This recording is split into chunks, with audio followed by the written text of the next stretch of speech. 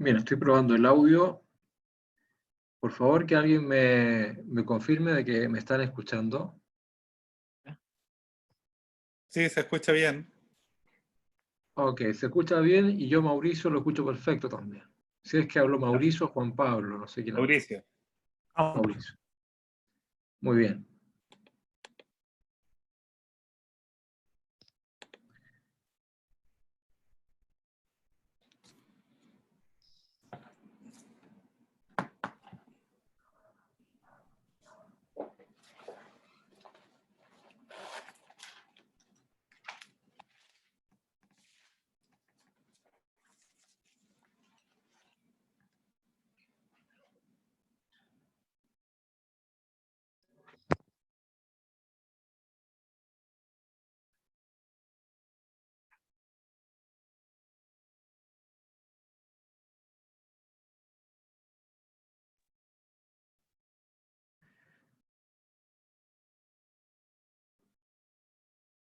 Bien, mientras el resto se va sumando, voy a comenzar la sesión de hoy. La idea es poder acotar la sesión a 1 hora. El jefe de carrera, Felipe Cisternas, me pidió un tiempo para conversar con ustedes alrededor de las 7:30, así que los voy a dejar con él una vez que me contacte dentro de 1 hora, para hablar cuestiones logísticas, y así ustedes también aprovechan de plantearle sus inquietudes en torno al uso de la plataforma, el campus virtual y otras cuestiones que puedan probablemente ser de interés para ustedes. Voy a iniciar la sesión de hoy haciendo una recapitulación a partir de los temas vistos la semana pasada. La semana pasada iniciamos el curso de Teoría de la Comunicación, poniendo énfasis en que precisamente nos encontramos frente a un objeto de estudio científico que, debido a lo cotidiano, debido a lo natural, a lo obvio, eh, se transforma en un desafío académico, precisamente porque la comunicación es parte de las condiciones inherentes a la naturaleza humana. Uno podría decir, viene programado para comunicar. Y como uno viene programado a comunicar, pareciera entonces que el abordaje del fenómeno comunicativo fuera bastante simple. Sin embargo, la historia reciente de las teorías de la comunicación dan cuenta de una serie de problemáticas, metodologías, enfoques, eh, disrupciones distintas, contradictorias, algunas complementarias, lo que da cuenta de una tradición académica que no ha sido particularmente una taza de leche, ¿no? Los orígenes de las ciencias de la comunicación, como yo les mencionaba, están circunscritos a Estados Unidos y Europa, como gran parte de las disciplinas que forman, valga la redundancia, parte de las ciencias sociales. Y el gran cuestionamiento que se le hace a la teoría de la comunicación, también llamada comunicología, es precisamente la gran diversidad de áreas que tiene su campo de estudio, la diversidad de metodologías, ese pluralismo metodológico que la convierte en una especie de paraguas o de disciplina parásito que se mete en áreas que no son de su incumbencia aparentemente, o que pide prestado derechamente teorías, métodos o incluso autores que tienen su domicilio en áreas disciplinares hermanas como la sociología, la ciencia política, la psicología social, la antropología, la teoría filosófica, por mencionar algunos ámbitos que ustedes pueden conocer. A partir de esa reflexión, eh, yo les pedí que pudiesen participar en un foro que está alojado en el campus virtual, entre paréntesis, que ha tenido algunos problemas de funcionamiento, no solamente para algunos de ustedes, incluso para mí, no he podido subir material pertinente a esta sesión, así que esperemos que se pueda resolver. Me da la impresión que puede estar colapsado el sistema debido al uso que se le está dando a la plataforma. Es una de las inquietudes que seguramente van a surgir más tarde con Felipe. Lo que voy a pedir a ver si están presentes algunos de quienes participaron en el foro. Hay otros estudiantes que me enviaron sus reflexiones a través del correo electrónico, precisamente aquellos que no habían podido participar. Hay reflexiones bien interesantes, lo que da cuenta de que el fenómeno del estallido social, a propósito del video que debían ver, este mini documental que está alojado en YouTube, denominado Gritos en Silencio, que refleja precisamente ese clamor ciudadano, como la calle ha sido testigo y ha sido protagonista de uno de los eventos sociales y sociopolíticos más importantes del último tiempo en Chile, y que fue una sorpresa para todos. Probablemente todos tengamos opinión respecto al fenómeno, lo que parece obvio, dado que somos personas que hemos vivido la coyuntura, pero más interesante aún es darle sustancia epistemológica a este fenómeno. Es muy fácil opinar desde la superficialidad, pero cuando se trata de abordarlo desde una perspectiva un poquito más científica, un poco más analítica, con un poquito más de consistencia en el fundamento, ahí surgen, yo diría, los problemas, tratando de evitar siempre las frases comunes, las frases hechas, los eslóganes que ustedes puedan advertir que provienen de cientistas políticos, opinólogos al respecto. Yo les quiero pedir que puedan ingresar al campus virtual para que no leamos las respuestas, sino que podamos hacer un breve debate de 5 minutos, muy brevemente, con aquellos estudiantes que quieran reflejar oralmente en este momento su opinión que está plasmada en el foro. Hay opiniones que son bastante extensas, no las voy a leer. Sin embargo, el común denominador, yo diría, es esta crítica a los medios, esta duda, esta falta de confianza que parte importante de la ciudadanía sintió a propósito de la cobertura mediática, a propósito de cómo el fenómeno comunicativo o a través de los medios de comunicación tecnológicos hizo su aporte con la distorsión propia de los juegos de poder que son propios de eventos de esta naturaleza, en donde las perspectivas políticas están a flor de piel, y los medios de comunicación no son ajenos también a esa sensación ambiente, ¿no? ¿Quién quiere partir? ¿Quién quiere opinar, ya sea para comentar las respuestas de sus compañeros o para resumir su propio aporte que esté señalado en el foro? Dejo abierta la palabra para que una o dos personas puedan complementar lo que he dicho.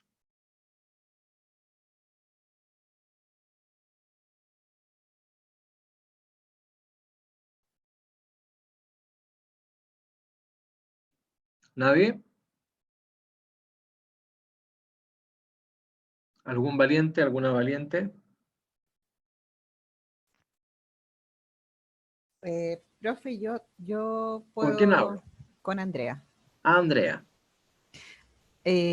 Voy a leer el mío, fue breve, pero yo más bien lo hice desde el punto de vista de... lo leo y lo explico luego. Okay. Puse, nos quitaron todo hasta el miedo. Tal vez la frase más potente para escuchar. Sí, escuchar aunque leamos, porque el desafío es ese, saber escuchar a través de la escritura. Desde la prehistoria el hombre se ha comunicado a través de la escritura en las paredes de las cuevas, en la tierra, donde pudiera plasmar su existir, su sentimiento y así construir la historia. Tanta información plasmada en las calles de nuestro país, tanta riqueza entregada por la sociedad, ¿quién la escucha? ¿Quién quiere verla realmente? ¿Quién se hace responsable? ¿Cómo la transmitimos? ¿Y qué hacemos con esto? El desafío es hacer algo con esta información, es canalizar, es transformar, tener la voluntad de cambiar y el compromiso de construir. Cuando veo los mensajes escritos en las paredes de mi ciudad, siento que nos conectamos con lo más básico y esencial del ser humano, con lo más primitivo, con la historia. Es la voz de los que no pueden entregar su mensaje de otra manera. Tal vez es la mejor manera de hacerlo. Los dibujos son una manera colectiva de relatar los hechos, así como el Guernica de Picasso alguna vez lo hizo. obviamente guardando las proporciones y el respeto por los amantes del arte. Pero también lo hizo para eludir el bombardeo de Guernica durante la Guerra Civil Española. Qué buen acertijo para la epistemología, qué buena oportunidad para escribir historia y construir otra sociedad. Un poco yo lo que quise reflejar fue que de alguna manera cuando nosotros escribimos, hacemos graffiti, levantamos esta información desde el pueblo en estas paredes, nos conectamos con lo más primitivo que somos, con lo que viene históricamente en el ser humano, que es una forma de transcribir, es parte de nuestra esencia comunicativa. Yo lo miré desde esa perspectiva y desde la riqueza del lenguaje comunicacional que podíamos encontrar en esos escritos y en esos dibujos. Y cómo, de alguna manera, era la mejor forma de plasmar lo que una sociedad estaba pidiendo a gritos, sin usar los medios tradicionales como la radio, la prensa escrita, etc. Esa fue mi mirada, digamos.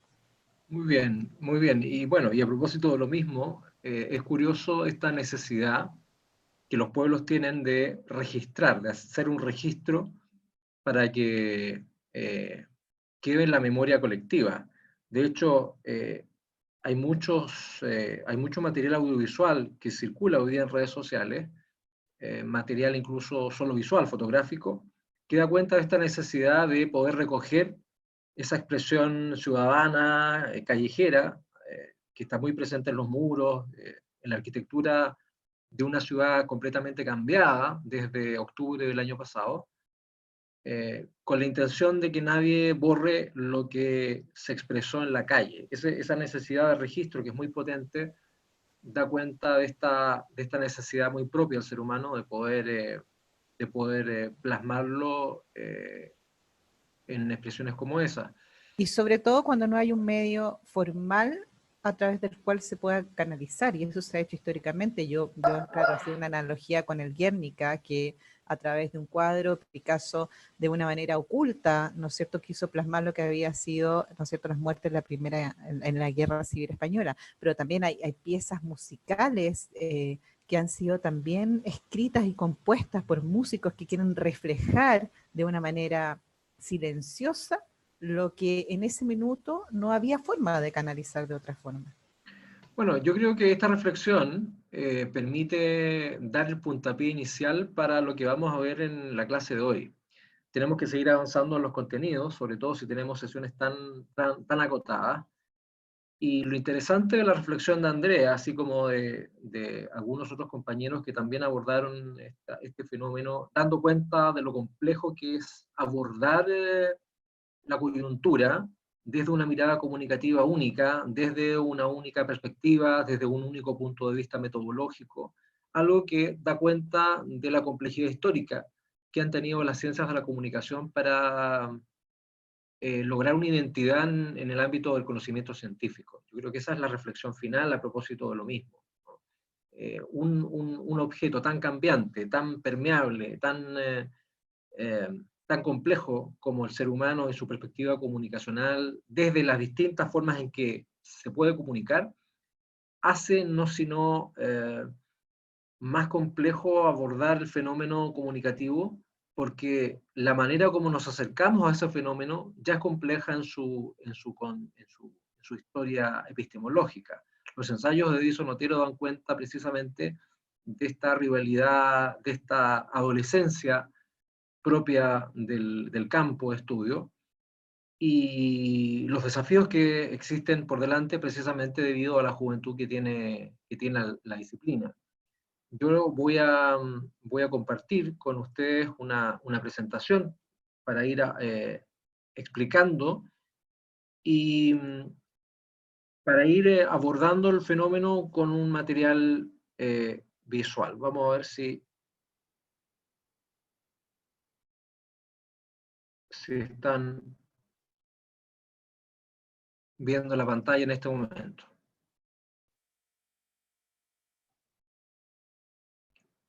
¿Se ve, no? Sí, se ve, profesor. Ya. Vamos a ir entonces haciendo uso de esta presentación. Esta presentación la van a tener ya sea en el campus virtual, si no puedo, de aquí a mañana, por las las dificultades técnicas que he tenido, se los voy a enviar al correo electrónico, junto con el documento que es la matriz fundamentalmente de esta clase, que es un paper que escribí hace algún tiempo y que resume lo que voy a plantear.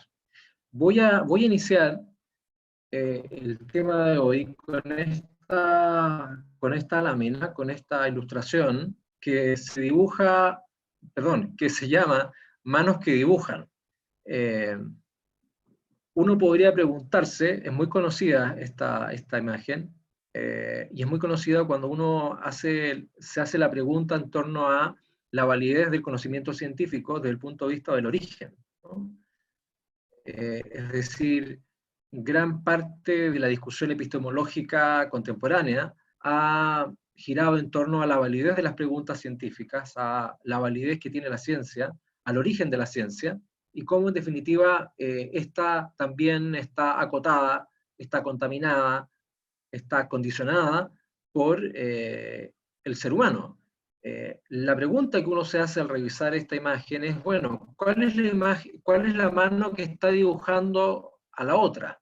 ¿Cuál es la mano original? Y bueno, la gracia de la ilustración es precisamente que no podamos contestar la pregunta. Esto da cuenta de dos cuestiones que yo diría que son fundamentales, que están expresadas en un clásico libro de la década de los 80, cuyos autores son los chilenos Humberto Maturana y Francisco Varela. Me refiero a este libro, El árbol del conocimiento, que seguramente pasó por las manos de ustedes, aquellos que han tenido algún curso de teoría de la comunicación en alguna carrera de pregrado. Es un libro clásico, tan clásico que se habla de la escuela chilena en teoría de la comunicación. Y lo interesante de esta escuela, de esta corriente de pensamiento que tuvo su germen en Santiago de Chile en los 80, es que pertenece a dos biólogos, Humberto Maturana, que sigue muy vigente, muy activo intelectualmente, y su otrora discípulo Francisco Varela, que ya hace algunos años falleció producto de un cáncer, pero que tuvo una gran productividad científica en el ámbito de la configuración de las neurociencias y la teoría del conocimiento en general. Humberto Maturana es un biólogo considerado hoy día un intelectual de renombre, que durante muchos años fue profesor de la Universidad de Chile en la Facultad de Ciencias, hoy día sigue dando clases. Y lo interesante de Maturana y Varela, la dupla probablemente de científicos más conocida de Chile hacia el mundo, es que nos plantea una pregunta que en los años 80 en realidad muy pocos habían planteado, y cuya base es fundamentalmente el fenómeno de la comunicación. La pregunta que se hace Maturana y Varela es si puede el ser humano conocerse desde el ser humano. Es una pregunta cotota, es una pregunta, es un ladrillo desde el punto de vista de lo pesada que es, sobre todo cuando la reflexión que hacen ambos parte de, yo diría, dos máximas que tienen un fundamento que va más allá de la biología del conocimiento, como se denomina su área disciplinar. Dicen los autores, los seres humanos no tienen acceso a su propio campo cognitivo fuera de ese campo, y esta segunda frase, esta frase la escogí dentro de un mar de otras reflexiones muy interesantes, pero sobre todo esta segunda reflexión que a mi juicio dan el clavo para la reflexión que tenemos que hacer. Dicen ellos, todo lo dicho es dicho por alguien.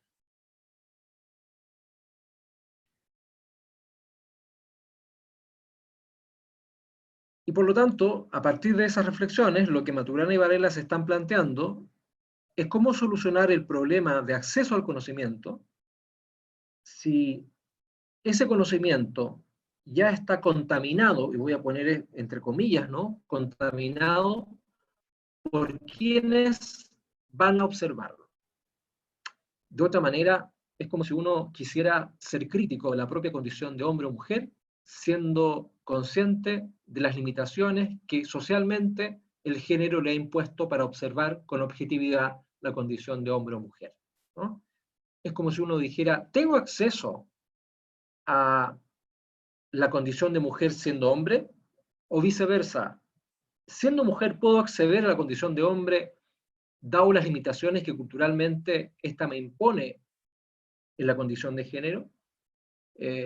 A partir de lo dicho ya por pensadores muy importantes en el ámbito del estudio de género, cuando Simone de Beauvoir decía el gran problema que tenía el estudio de la mujer desde el punto de vista académico, filosófico, es que no se podían separar el condicionamiento del género a propósito del nombre, del prestigio del ser masculino y cómo siendo hombre era imposible acceder a la condición de mujer.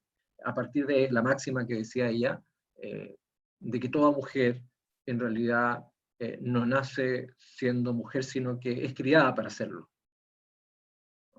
Y esa reflexión evidentemente pone en un signo de interrogación todas aquellas verdades absolutas que hoy día son expresadas como realidades objetivas sin cuestionamiento. La pregunta que se hace Mariela Maturana es a propósito de cómo resolver el problema del acceso al conocimiento si este ya está contaminado. Y ellos dan una solución que desde el punto de vista teórico podría ser aplicado, en la práctica se hace muy difícil, y es la capacidad que tendríamos de observarnos a nosotros mismos, dejando de lado esta gran mochila que nos pesa y que llevamos permanentemente, y es una mochila en donde está nuestro apellido, es una mochila donde está nuestra nacionalidad, está nuestro idioma, está nuestra creencia, es una mochila en donde está nuestra posición política, está nuestro género, está la experiencia vivida, diríamos, es nuestro factor biográfico. El factor biográfico determina o distorsiona el acceso al conocimiento, ya sea por el idioma en que se hable o por la universidad donde uno haya estudiado. Si uno tiene conciencia de que es posible sacarse esa mochila para acceder al conocimiento, entonces estaríamos en un ejercicio de observación de segundo orden. Es decir, soy capaz de observar primero el observador, ya que no me puedo sacar ese apellido, ya que no me puedo sacar ese género, ya que no me puedo sacar ese factor biográfico, al menos tengo la capacidad para decir, ojo, hay limitaciones, estas son las limitaciones, y esas limitaciones van a condicionar el acceso al saber, el acceso al conocimiento. Eso es lo que se conoce como una observación de segundo orden, ya que lo que primero hago es observar al observador para poder entender finalmente cómo se crea la realidad y cuál es el acceso que tenemos en torno a esta realidad. Hay un concepto, doy la palabra enseguida, una vez que termine de conceptualizar estas ideas, que pertenece a un filósofo probablemente desconocido para la mayoría de ustedes, un filósofo griego que se hizo muy conocido ya bastante mayor, Cornelius Castoriadis, que instala esta idea de lo imaginario como el fundamento de la creación sociohistórica y psíquica del ser humano. Es decir, plantea la importancia que tiene la psique para construir la realidad en la cual estamos insertos. Es decir, Castoriadis nos dice, para que haya existido Atenas, la ciudad griega, era necesario que existieran atenienses. Pero los atenienses también nacieron en Atenas. Por lo tanto, no podemos separar Atenas de los habitantes que la configuraron. Lo curioso es que a partir de esa reflexión podemos hacer una separación entre Atenas y los habitantes de esta. Podemos entender lo colectivo como algo particular, como algo con características muy identificadas, pero al mismo tiempo, quienes pertenecen a la ciudad de Atenas también tienen una individualidad que es propia. Y la comunicación y el estudio de la comunicación mueve permanentemente frente a esta paradoja de al mismo tiempo ser consciente de que habitamos en un planeta lleno de sentido, lleno de significado, hoy día con una pandemia global que nos tiene atemorizados y nos tiene bajo cuarentena, pero al mismo tiempo, para entender ese planeta que habitamos, debemos ser capaces de comprender quiénes son los miembros de ese planeta. O sea, no podemos separar quienes pertenecen a ese sistema para comprender la complejidad que tiene el propio sistema independiente de los elementos que lo componen. Eso es parte de la complejidad. Fíjense en esta otra definición que lo da un sociólogo chileno, profesor de la Universidad de Concepción, gran teórico en materia de imaginarios sociales, que nos dice: los imaginarios sociales son múltiples y variadas construcciones mentales, socialmente compartidas de significancia práctica en el mundo, en sentido amplio, destinadas al otorgamiento existencial. Esta es una definición probablemente muy cargada de una perspectiva fenomenológica, muy poco apartada de esta idea del esencialismo que se enseña probablemente en organizaciones religiosas, por ejemplo, precisamente porque se aparta de esta idea de que la realidad es anterior al ser humano. El gran aporte que hacen precisamente Maturana y Varela en la reflexión que les planteaba inicialmente es que lo que están afirmando es que el mundo que estamos pensando es un mundo hecho por el hombre, y utilizo hombre en un sentido genérico, ¿no? Hombres y mujeres. El ser humano es el que ha construido el mundo, y por lo tanto pareciera menos complejo el querer abordar un mundo creado por nosotros mismos. En otras palabras, sería mucho más interesante, sería mucho más fácil reflexionar sobre una realidad ajena que reflexionar en torno a una realidad propia. Pero curiosamente se nos complica precisamente lo segundo. Se nos hace más difícil reflexionar sobre una realidad en la que participamos, precisamente porque somos recursos interesantes necesarios para que esa realidad siga existiendo. Esto es lo que se conoce como tener conciencia semiótica, la idea de que existe la posibilidad de darle sentido a la realidad. Aquí tienen ustedes dos palabritas que probablemente también son desconocidas. La idea de semiosis, que es un concepto que proviene de la teoría semiótica peirciana, de la escuela norteamericana, a comienzos del siglo XIX, que lo que plantea es que tenemos una tendencia natural a darle sentido a nuestra realidad, a las cosas que nos estimulan. Seamos conscientes o no de aquello, y conozcamos o no la realidad a la cual estemos insertos. La semiosis es esta tendencia a otorgarle sentido y significado a lo que nos rodea. Es una condición humana natural, diría Peirce.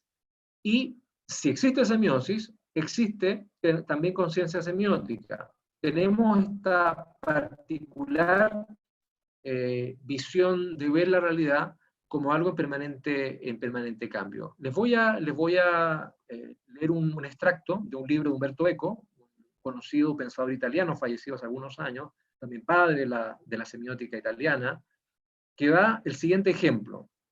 Les voy a leer este extracto y un segundo extracto para que a partir de ahí podamos dialogar.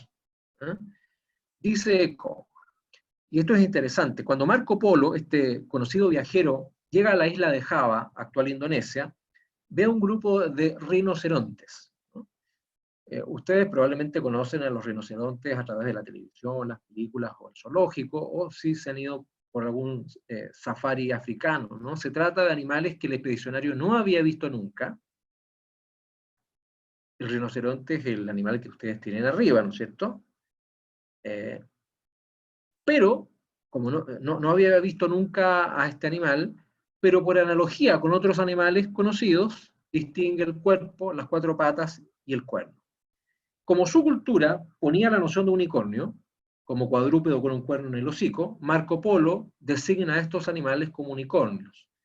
Y de hecho, dentro del registro de viaje que Marco Polo entrega a sus financistas, da a conocer el descubrimiento de este animal en la isla de Java, a partir de esta relación del cuerno en el hocico. Ustedes tienen al unicornio, ¿no es cierto?, que este caballo en parte de la mitología incluso se trata de un unicornio alado. La pregunta que se hace eco a propósito de esta curiosidad es qué pasaría si Marco Polo, en vez de haber llegado a la isla de Java, en vez de llegar a la actual Indonesia, hubiese llegado a Australia. Y a lo largo de un curso de agua hubiese divisado a un ornitorrinco.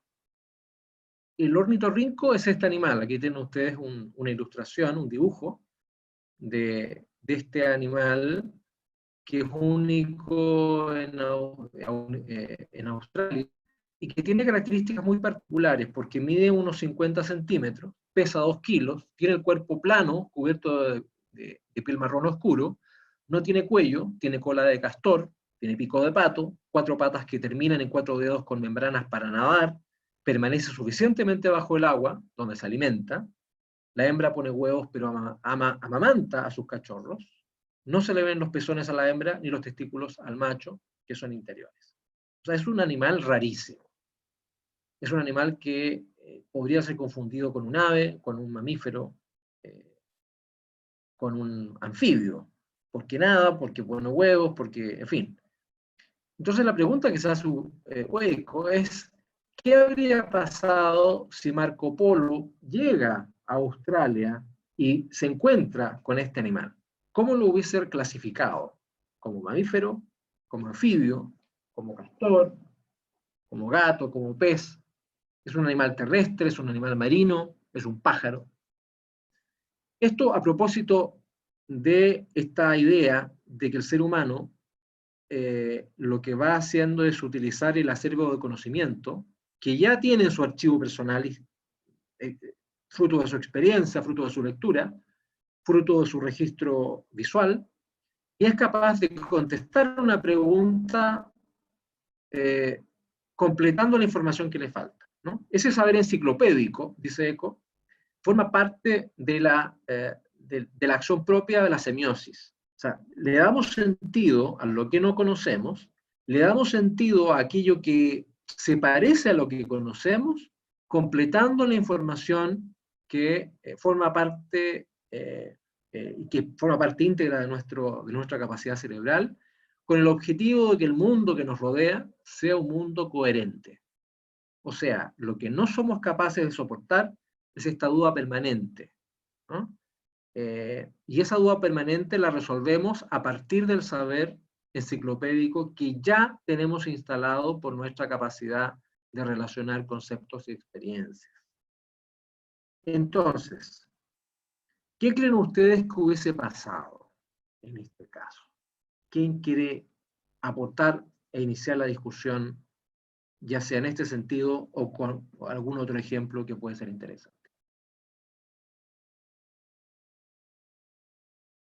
Dejo abierto el micrófono para quien quiera. ¿Profe? Hola, ¿Sí? habla Magda, ¿cómo está? Magda, hola. Me pasa con el extracto del texto que me acuerdo mucho de la Biblia, ¿Ya? porque, por ejemplo, cuando se lee el Apocalipsis, no lo estoy diciendo solamente de un punto de vista religioso, para nada, sino que meramente histórico. Por ejemplo, en el Apocalipsis se describen muchas como criaturas extrañas, como un león con cabeza de lobo y pata de gato y así. Sí. Y según algunas personas creyentes, eso se debe a que Juan, el apóstol que lo escribió, tuvo que ver en tiempos nuestros, por así decirlo, tiempos modernos, cosas que no existían en la época de Juan, hace miles de años atrás. Entonces, es como muy interesante el análisis de, por ejemplo, decían que cuando él hablaba de carros de fuego en el cielo, son los aviones que nosotros conocemos actualmente, pero que por supuesto él nunca alcanzó a conocer. Entonces, lo más cercano para él era un carro, de estos como los que usaban los romanos, y si se estaba incendiando era un carro de fuego. Y ese siento que es como otro ejemplo que se puede comparar un poco al extracto que usted nos presentó. Respecto a la pregunta concreta de cómo lo hubiese clasificado, yo creo que hubiese salido algo igual a lo del Apocalipsis. Una pequeña bestia, una mini Sí, bestia. sí, probablemente. Pero Claro. qué interesante el ejemplo que tú planteas, porque la pregunta que hace Eco con esta reflexión filosófica y de un gran poder de construcción semiótica es que el significado, en definitiva, no está en el objeto al que le otorgamos significación. El significado es un estado mental. Claro. Y en base a lo que... El significado está en el observador, no en lo observado. Porque lo observado está allí, perece, muera, se modifica físicamente, puede desaparecer.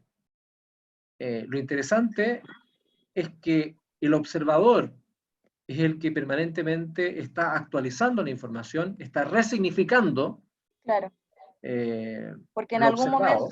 en algún momento debimos haber llegado al conocimiento de que el ornitorrinco era tal y cual animal y no esta pseudo bestia con cara de no sé qué y cuerpo de gato. Y entonces como que en algún momento se alcanza ese límite igual, a pesar de que el observador va significando y resignificando, en algún momento llegamos como a la definición verdadera o real en el fondo, ¿no? Bueno, y la ciencia hace lo suyo con el Claro. ornitorrinco y lo clasifica como un mamífero. Toma una decisión.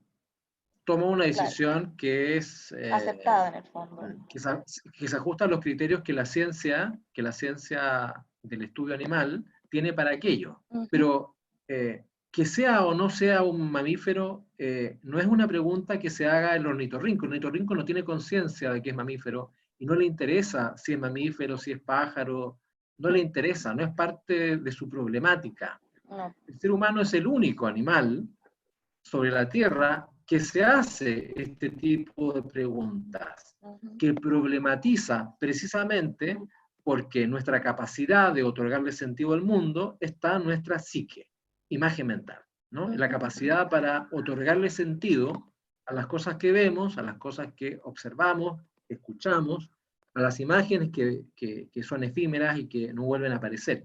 Y eso tiene un efecto y una consecuencia para el ser humano. De hecho, si volvemos atrás y nos quedamos con esta imagen un poco para dar cuenta la importancia que ha tenido el árbol de conocimiento en la teoría de la comunicación, es esta idea que los autores plantean respecto a cómo reconocer lo real objetivo de lo subjetivo, porque esa en definitiva es la gran pregunta filosófica que se hacen los autores. Y lo que dicen en el texto, que ustedes pueden revisar, está para ser descargado en cualquier página de internet, está disponible, es muy pesado para subirlo al campus virtual, al menos la copia que yo tengo en PDF es bastante pesado, no me deja subirlo, pero es descargable absolutamente, a quienes no, sobre todo en tiempos de pandemia y cuarentena, donde no podemos ir a las librerías, es un texto que está plenamente vigente y que hay alrededor de 10 nuevas ediciones, editado por la misma editorial universitaria.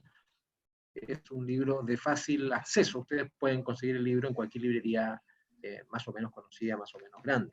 Pero lo que plantea Maturana y Varela es que es real todo aquello que tiene consecuencias a nivel de conciencia. O sea, cuando le dicen a un niño de 10 años, de 12 años, que el viejito pascuero no existe, por favor, hay que ser responsables con esa afirmación. Claro que existe. ¿Cómo no va a existir? Si lo podemos dibujar, el jojojo del viejito pascuero, las representaciones, los regalos de Navidad, es parte y hay un efecto. Hay un efecto. Probablemente no tenga el mismo estatus de realidad que estamos acostumbrados a ver con personas de carne y hueso, pero es parte de la cultura colectiva, es parte de la realidad global. Por lo tanto, lo real no necesariamente está asociado a una realidad que pueda ser tangible, a una realidad que sea pragmática, a una realidad que sea medible. La realidad tiene muchas dimensiones. Lo importante es que tenga un efecto en la conciencia del ser humano. Si hay algo que me da temor, ese algo existe porque es parte de la reflexión que el ser humano hace, ¿no? Yo les voy a propósito de lo mismo, compartir este video que seguramente ustedes lo han visto mucho, pero me interesa comentarlo.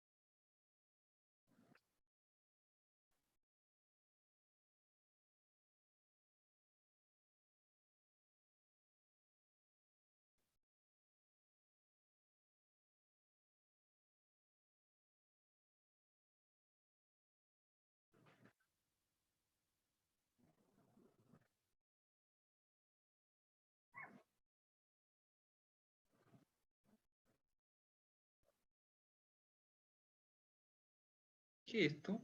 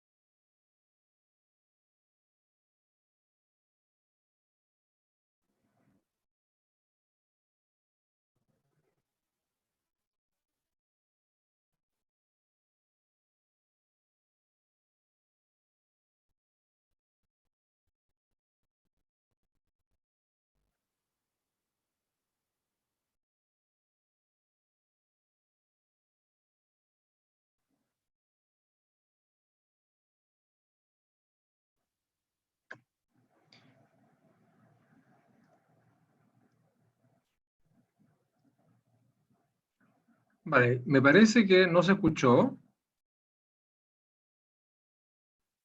Si no se escuchó en el chat, vale. Em,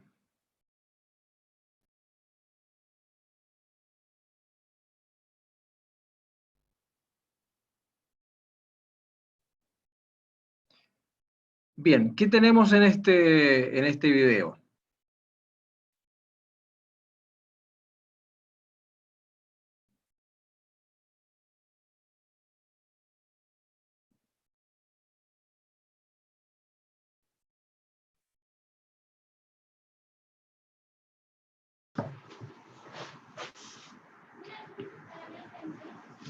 Sí, me dicen que al parecer no se reproduce el audio de los videos que uno pone. Bueno, es un video que se volvió viral, seguramente ustedes lo vieron, pero es un mensaje de una chilena que con su marido está en Italia enfrentando la cuarentena con lo que significaba estar allá, ¿no? Esto, si no me equivoco, apareció hace 2 o 3 semanas atrás, cuando Chile todavía no estaba entrando en esta fase. ¿Qué podemos decir? Es un mensaje, pero es un mensaje que construye realidad. ¿Por qué? Hola, profe. Hola, mis Hola. compañeros. Habla Lorena. A mí me hace sentir un poco que un mensaje súper consciente de la realidad que ellos están viviendo allá y casi como un mensaje del futuro de lo que está empezando a pasar aquí. Un Ajá. poco de que en la misma mañana cuando hicieron el reporte diario de las medidas, de los casos nuevos y todo el tema, que ahora ya están diciendo que a las personas que están enfermas del virus no le están dando los apoyos necesarios como para salvarles la vida. Hoy día fueron de los 10 muertos, 8 a los que no le dieron los cuidados necesarios para ver si salían del contagio. Entonces un poco como lo que quizás allá pasó, o está pasando, aquí ya está comenzando a suceder. A mí me pasa un poco eso. ¿Ustedes calificarían el mensaje como optimista, realista, pesimista? ¿Qué categoría entra? Realista, creo yo. Realista también. ¿Sienten miedo al escuchar esto? ¿Se lo mostrarían a su niño, a su hijo pequeño? ¿Lo comparten? ¿Lo compartieron? ¿Cuál fue la reacción? O sea, no sé si se lo mostraría a mi hija, pero sí por lo menos describe muy bien cuál es una realidad posible si es que no se adoptan todas las medidas de cuidado. Y creo que describe una realidad posible en la medida en que la autoridad estatal no se encuentre preparada o no adopte las medidas de cuidado correspondientes. En el fondo, lo que te presenta es una alternativa de futuro, creo yo. Lo interesante es que a pesar de lo que se ha dicho hasta el momento es cierto, es que se trata de un testimonio completamente personal. La experiencia subjetiva genera un efecto de realidad. ¿Por qué? Creo que es la realidad que ella está viviendo. Y en realidad estamos encerrados en esa subjetividad. No sé si se entiende. O sea, mientras estamos en este cuerpo, se puede decir de alguna forma figurada, estamos en esa subjetividad latente. O sea, siempre trato de decir que igual es súper positivista ese paradigma de eso, de la objetividad, porque yo considero que no existe, honestamente. O sea, se puede tratar de ser neutral en algunas cosas, igual estamos encerrados en esta subjetividad, al menos a mi parecer. Y el video, cuando yo lo vi, no sentí miedo, así sentí que fue un mensaje bastante apelativo. ¿Y a qué me refiero con eso? A que la gente, a que hacía un llamado a que tuviésemos precaución, a que no esperáramos a llegar a ese punto. Entonces no siento que ella lo hacía como llorando ni desesperando, sino que bien controlada en sus emociones, pero tratando de ayudar, al menos desde su subjetividad, como decía. Profesor. Probablemente la legitimidad del testimonio es lo que también le otorga cierto valor. Es decir, no estamos hablando de una autoridad política, no es un líder de opinión, no es un ministro de salud, no es el presidente de la República, no es el secretario de la Organización Mundial de la Salud, no. Es una ciudadana chilena de carne y hueso, tan común y corriente como probablemente muchos de ustedes o nosotros, y por lo tanto el efecto que tiene, esa legitimidad, es de creación de realidad. Si a ella le puede pasar junto a su marido, entonces nos puede pasar a nosotros.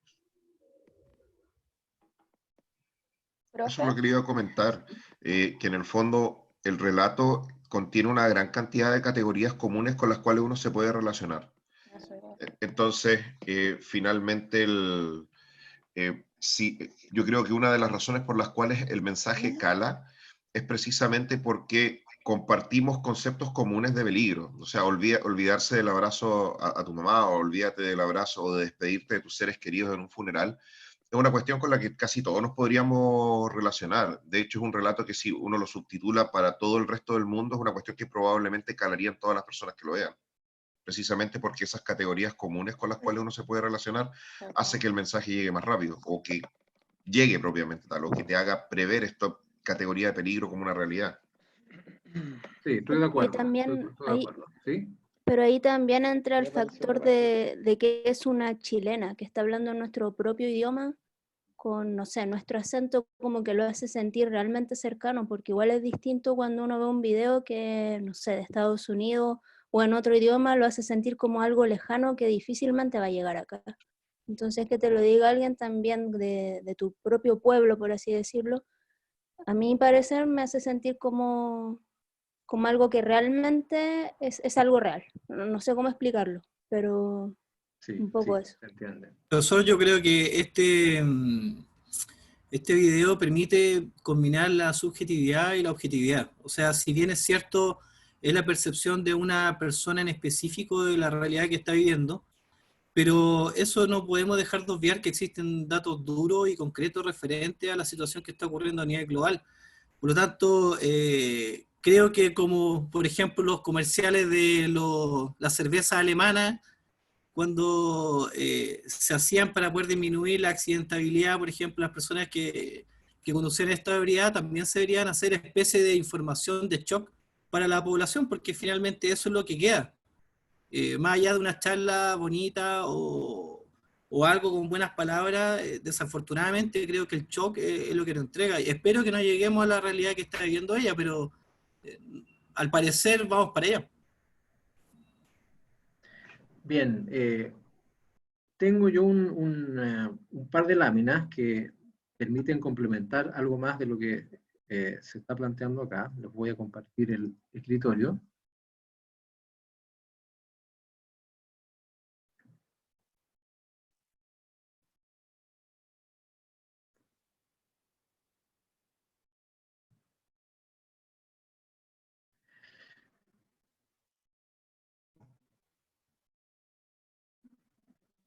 La máxima sería esta: el conocimiento se construye a partir de la necesidad de comprender la realidad, el mismo que actúa en ella construyéndola. Hay 6 debates para debatir, que están presentes en un texto que, como les comentaba, escribí hace algún tiempo. Se llama La teoría de la comunicación y su aporte a la teoría de imaginarios sociales, 6 argumentos para debatir. Está publicado en una revista científica, y que a grosso modo se resume en estas 6 ideas básicas. No voy a explicarlas todas porque en el texto ustedes van a poder profundizar, y a partir del texto ustedes van a poder entonces contestar las siguientes preguntas, que van a quedar como una tarea para la casa. La primera idea que tiene este texto es aquella que indica que la comunicación es expresión de lo que somos capaces de imaginar. Pero al mismo tiempo, nuestra capacidad de imaginación está determinada por nuestra forma en que interactuamos. La segunda idea nos dice que la comunicación es fruto de la actividad de conciencia. Sin conciencia no hay comunicación, ¿no? Eso ya lo explicamos. La tercera idea es que la realidad no está constituida objetivamente al margen de la comunicación. Una palabra que se usó y que es cuestionada por Maturana y Varela en su libro es esta idea permanente de que la realidad puede ser objetiva, es decir, es anterior al acceso que tenemos a ella, es anterior a la creación del hombre o al surgimiento del hombre como ser consciente. Lo que plantea Maturana y Varela es esta capacidad intersubjetiva, es un concepto que está en una dimensión previa a la objetividad. Diríamos que la realidad se nutre de subjetividades. Y las subjetividades lo que hacen es posible hablar de una realidad objetiva. Un ejemplo clásico para abordar este tema es la experiencia que tenemos en un estadio viendo un partido de fútbol.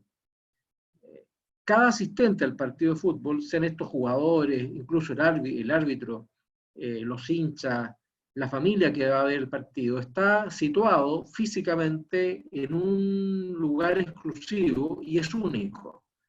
Ninguno de los 5.000, 20.000 asistentes al partido de fútbol ven el mismo partido desde el punto de vista de su capacidad sensorial, de su capacidad auditiva, porque pueden estar más cerca de un arco o no, puede estar más cerca o no de la salida del estadio. La capacidad sensorial visual también es distinta. Algunos podrán ver más cerca, más lejos, etc.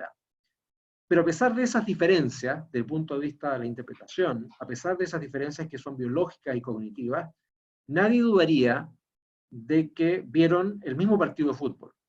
Es decir, la realidad objetiva del partido es indiscutible, pero esa realidad objetiva no es sino la suma yuxtapuesta de un número indeterminado de subjetividades. Por lo tanto, la realidad, dicho de otro modo, no sería ni objetiva ni subjetiva. Sería fruto de la interacción intersubjetiva del ser humano. Y ahí es donde la comunicación entonces entra a jugar un papel importante. Es ahí en donde los imaginarios sociales actúan como sustento de cambio, conservación y filtro de una realidad que es compleja, que es multidimensional, que es histórica. Y como es histórica, también va cambiando a medida que esos procesos históricos también van mutando. Y finalmente, señalar que no es posible salir de la comunicación para acceder a los orígenes de esta.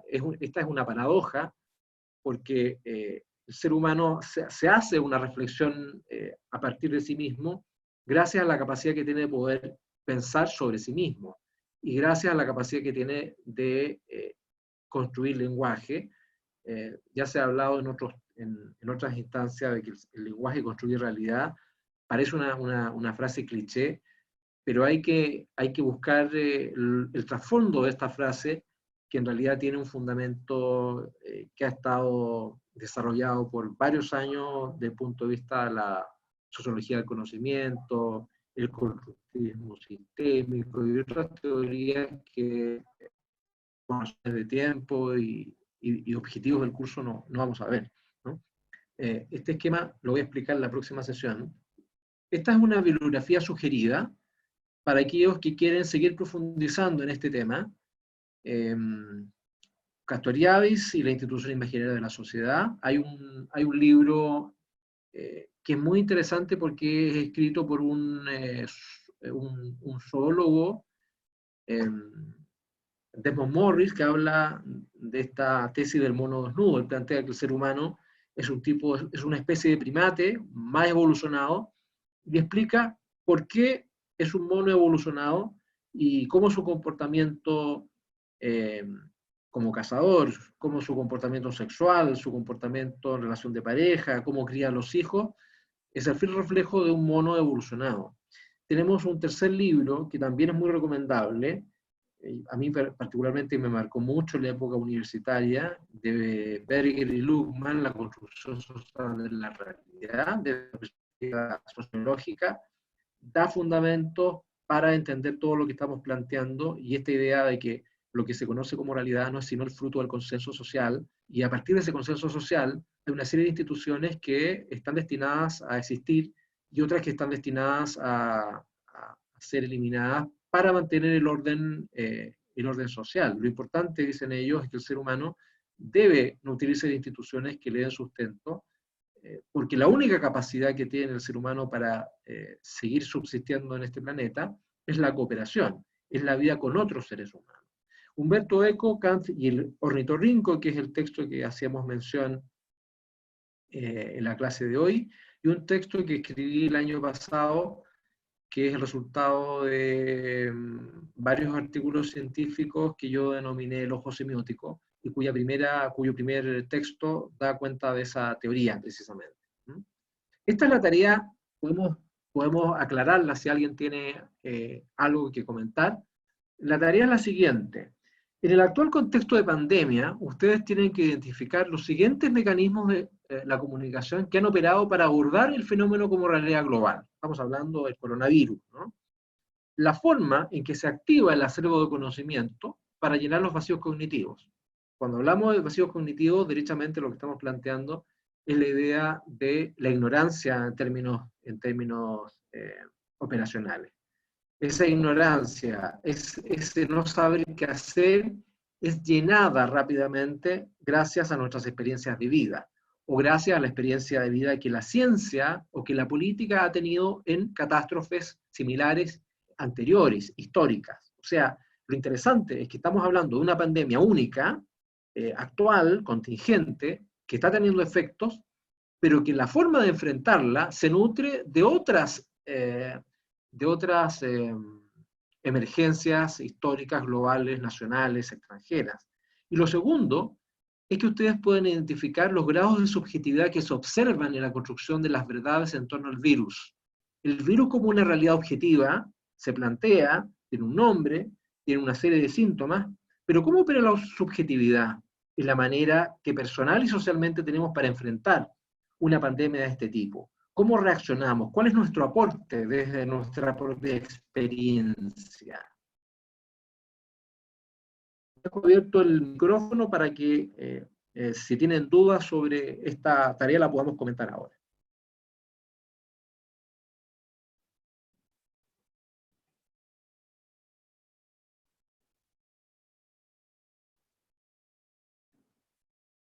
Profesor, ¿Sí? ya, no me queda muy claro, a lo mejor no lo escuché bien. Cuando habla de identificar los mecanismos de comunicación, ¿significa hacer una especie de valoración, descripción respecto a cómo, por ejemplo, se ha producido el acervo de conocimiento en relación a los vacíos cognitivos y las experiencias de vida? Sí, Eh, ejemplo, fundamentalmente. sí, eso le iba a agradecer. Gracias. ¿Sí? Ejemplo, ¿no? Estoy pensando en la última polémica entre Chile y Argentina, entre los gobiernos chilenos y argentinos, que es una polémica bastante artificial respecto a quién tiene más muertos, menos muertos, quién aplica más test o no, eh, como una forma de legitimar también la política pública que se está haciendo para enfrentar la emergencia. Esto es una polémica que surgió el día de ayer y seguramente va a tener nuevos elementos para opinar en el transcurso de la semana. Eh, ¿Por qué es tan importante la estadística? ¿Qué nos dice la estadística desde el punto de vista de lo que la información oficial entrega al respecto? ¿Por qué es importante la información oficial? ¿Cómo enfrentamos la información no oficial? ¿Cómo abordamos el rumor en torno a situaciones como esta? ¿Nos dejamos llevar por el rumor? ¿Qué tipo de rumor nos llega? ¿Qué tipo de mensajes anónimos nos llega? ¿Cómo actúan las noticias falsas? Es decir, hay un conjunto de mecanismos que hoy día están complejizando la manera como abordamos el virus, que incluso supera al virus mismo. El virus en realidad tiene una definición muy acotada desde el punto de vista biológico, pero comunicacionalmente se ha transformado en un enemigo implacable. Y lo importante es reconocer cuáles son esos mecanismos que la comunicación utiliza para que, por ejemplo, seamos capaces de, frente a la información no oficial que no se entrega, podamos llenar esos vacíos a partir de rumores, a partir de experiencias compartidas, a partir de la experiencia que nos contó un amigo, a partir de lo que supimos en Italia, en fin. Y por otro lado, seamos capaces de identificar cómo la subjetividad le otorga un valor de realidad para que esta pandemia se transforme en una verdad incuestionable. A pesar de que cada víctima, cada enfermo, cada persona que ha sido objeto de este virus, tiene una realidad distinta, cada cuerpo reacciona de distinta manera, pero lo que hace la medicina es transformar esa experiencia individual que es única, que es irrepetible, y esto se aplica para cualquier enfermedad, en una realidad que es intersubjetiva, en una realidad que puede ser descrita, que puede aportar al conocimiento científico. Y eso se hace a partir de la construcción de conocimiento desde la propia experiencia subjetiva.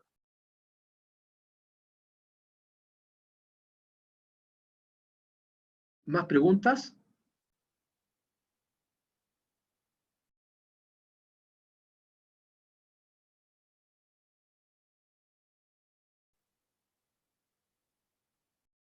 Profe, ¿Sí? una consulta en relación a la tarea. Esto en el fondo es realizar un ensayo, un mini ensayo. No. Es contestar, reflexionar, pero la idea es que no se alarguen, no se alargue más allá de una página y media. Dependiendo de cómo esté el acceso a la plataforma, yo voy a crear la tarea en el aula, en el campus virtual. Para aquellas personas que no pueden acceder, me lo siguen enviando por correo electrónico en un archivo Word. Pero la idea es que ojalá esté en el campus, porque así ustedes pueden leer las respuestas de sus compañeros y puede generarse allí un debate interesante. Pero es corto, no más allá de 1 o 2 párrafos por pregunta. En realidad es una pregunta que tiene 2 partes. Profesor, buenas noches. Esta tarea hay que hacerlo ahora, es para la próxima clase. Para la próxima sesión vamos a partir con esta tarea leyendo gracias. algunas respuestas, ¿no? Así que tienen una semana porque además tienen que leer el paper, entonces la idea es que lo puedan leer y aplicar allí lo que estimen conveniente. A propósito de algo que además que todos estamos viviendo, por lo tanto no es necesario que se documenten, estamos permanentemente rodeados de noticias al respecto, así es que seguramente se les va a hacer mucho más fácil, se van a dedicar más bien a leer el texto y a cuestionarse cómo el texto puede ser aplicado a la realidad, a la emergencia que estamos viviendo. Y racionar un poco también el fenómeno. Yo creo que en este sentido puede ser interesante poner paño frío en esto. Yo creo que la teoría de la comunicación y sobre todo la perspectiva de la escuela chilena, de Maturana, Varela y todos aquellos que de alguna manera nos hemos sentido identificados con esta perspectiva, tiene algo que decir.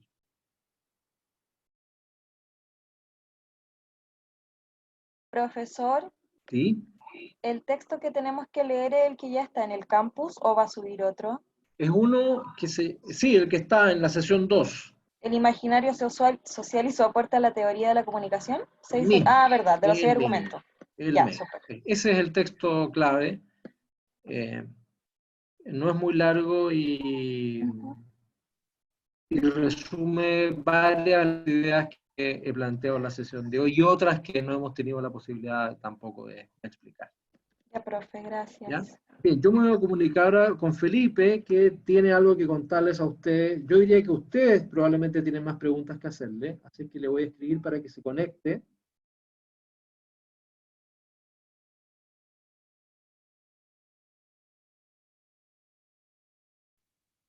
Y entonces lo dejo con Felipe.